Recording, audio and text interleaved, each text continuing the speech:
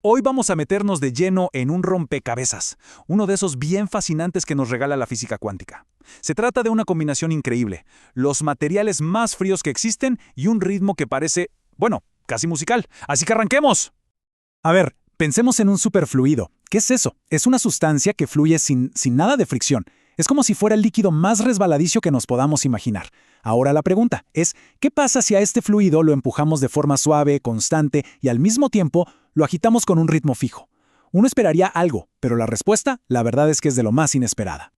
Y es que, en lugar de que el fluido aumente de manera suave y continua, el fluido responde de una forma muy particular, con una serie de pasos. Sí, así como se oye, escalones discretos súper bien definidos. Es como si uno esperara una rampa y de repente se encuentra con una escalera perfecta.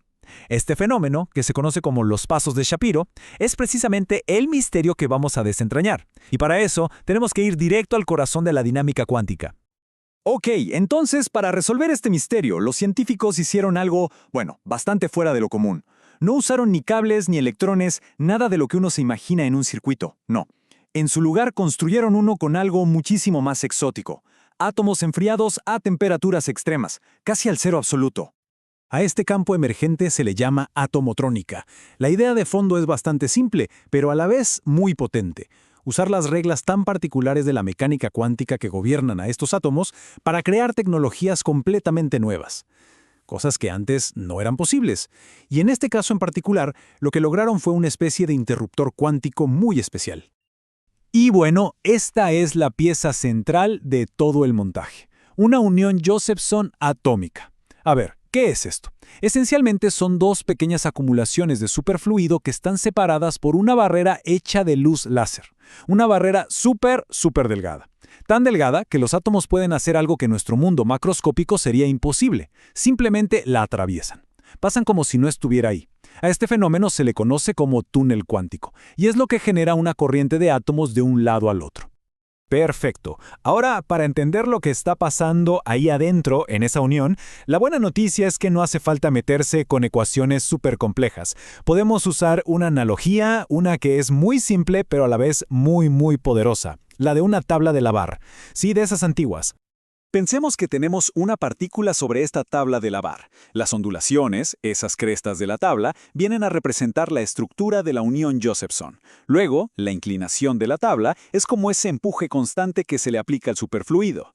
Y finalmente la sacudida. Bueno, ese es el impulso rítmico que se le añade al sistema.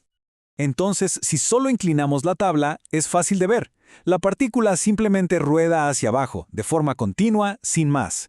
Pero, y aquí viene lo interesante, si además de inclinarla, la sacudimos rítmicamente, ahí es cuando pasa algo increíble. El movimiento de la partícula como que se engancha, se sincroniza con esa sacudida. O sea, en vez de rodar, empieza a saltar de una ondulación a la siguiente, siguiendo el ritmo a la perfección. Y esta analogía, créanme, se conecta directamente con lo que pasa en el experimento real. Cuando los científicos aplicaron únicamente el empuje constante, sin ninguna sacudida, la curva de respuesta que obtuvieron fue suave, continua. Justo como la partícula rodando por la tabla. Ahí no había pasos, no había ningún misterio. Pero claro, en el momento en que añadieron esa sacudida rítmica, ¡pum!, ahí aparecieron los escalones. La respuesta del fluido cuántico de repente se bloquea en estas mesetas cuantizadas. Cada uno de esos escalones en el gráfico es básicamente el equivalente a nuestra partícula en la analogía sincronizándose con la sacudida. Esto es una demostración brillante del poder que tiene la sincronización, un fenómeno que es súper importante pero a la vez increíblemente difícil de conseguir y sobre todo de observar en el mundo cuántico que es tan delicado. A ver, la analogía de la tabla de lavar es fantástica, nos ayuda un montón a visualizarlo. Pero, ¿qué está pasando de verdad a nivel microscópico? O sea, ¿qué son esos saltos en el mundo cuántico real? Para responder a eso, hay que mirar directamente dentro del superfluido.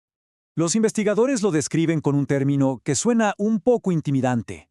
Procesos periódicos de deslizamiento de fase, en forma de pares vórtice-antivórtice.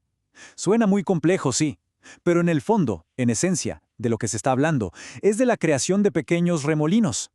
Y así se ven, literalmente, son pequeños remolinos cuánticos.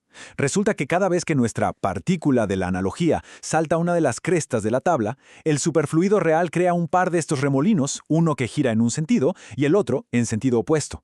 Y a este evento, a este salto, es a lo que los físicos llaman un deslizamiento de fase. Lo que estamos viendo aquí son imágenes reales del experimento, una secuencia en el tiempo, y se puede ver clarísimo cómo la unión va emitiendo estos pares de remolinos, y no de cualquier manera, sino en un pulso rítmico, que está perfectamente sincronizado con la sacudida externa. Y bueno, acá está la prueba definitiva, el broche de oro. Este gráfico lo que hace es superponer dos cosas. Por un lado, el número de remolinos que se contaron, y por otro, los pasos de Shapiro que se midieron. La coincidencia es perfecta. Se ve como el número de remolinos va aumentando en saltos, y esos saltos se alinean de manera exacta con cada uno de los escalones. Entonces, el punto crucial es este, y con esto se resuelve el misterio. El primer escalón que se ve en la gráfica corresponde a que se crea un solo par de remolinos por cada ciclo de la sacudida. El segundo escalón, pues, corresponde a la creación de 2 pares de remolinos por ciclo. Y así sigue. Es decir, los escalones que vemos a nivel macroscópico no son más que el resultado directo de este baile cuántico microscópico que está perfectamente coreografiado. Pero esto va mucho más allá de resolver un rompecabezas cuántico, por más elegante que sea. El hecho de poder controlar la materia a un nivel tan, pero tan fundamental, bueno, eso tiene unas implicaciones enormes para el futuro.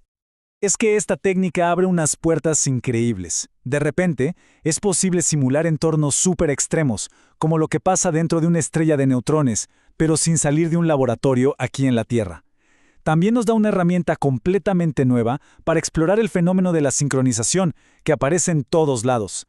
Incluso se podría llegar a crear un nuevo estándar cuántico para hacer mediciones de una precisión sin precedentes.